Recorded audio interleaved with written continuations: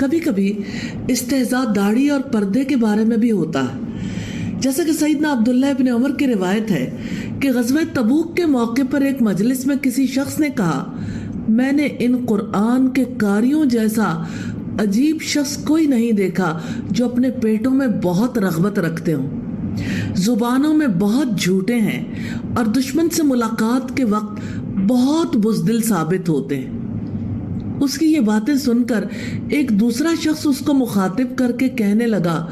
تو جھوٹ بول رہا ہے، بلکہ تو منافق محسوس ہوتا ہے، میں رسول اللہ کو ضرور بتلا کے آتا ہوں۔ اللہ کے رسول کو اس واقعے کی اطلاع ملی اور قرآن پاک بھی نازل ہوا۔ سیدنا عبداللہ ابن عمر کہتے ہیں، میں نے اس شخص کو خود دیکھا کہ وہ رسول اکرم کی اونٹنی کے پاس کھڑا ہے، پالان کسنے والا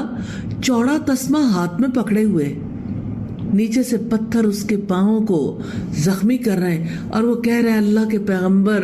ہم تو بس یوں ہی بات چیت اور دل لگی کر رہے تھے اور آپ اسے یہ کہتے چلے جا رہے تھے، قُلْ أَبِاللَّهِ وَآيَاتِهِ وَرَسُولِهِ كُنْتُمْ تَسْتَهْزِئُونَ۔ آپ کہہ دیں، کیا تم اللہ تعالیٰ سے،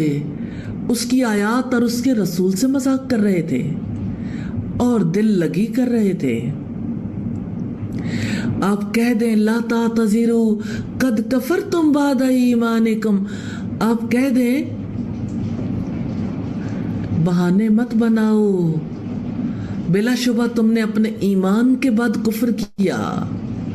اگر ہم تم میں سے ایک گروہ کو معاف کر بھی دیں تو ایک گروہ کو ہم ضرور عذاب دیں گے،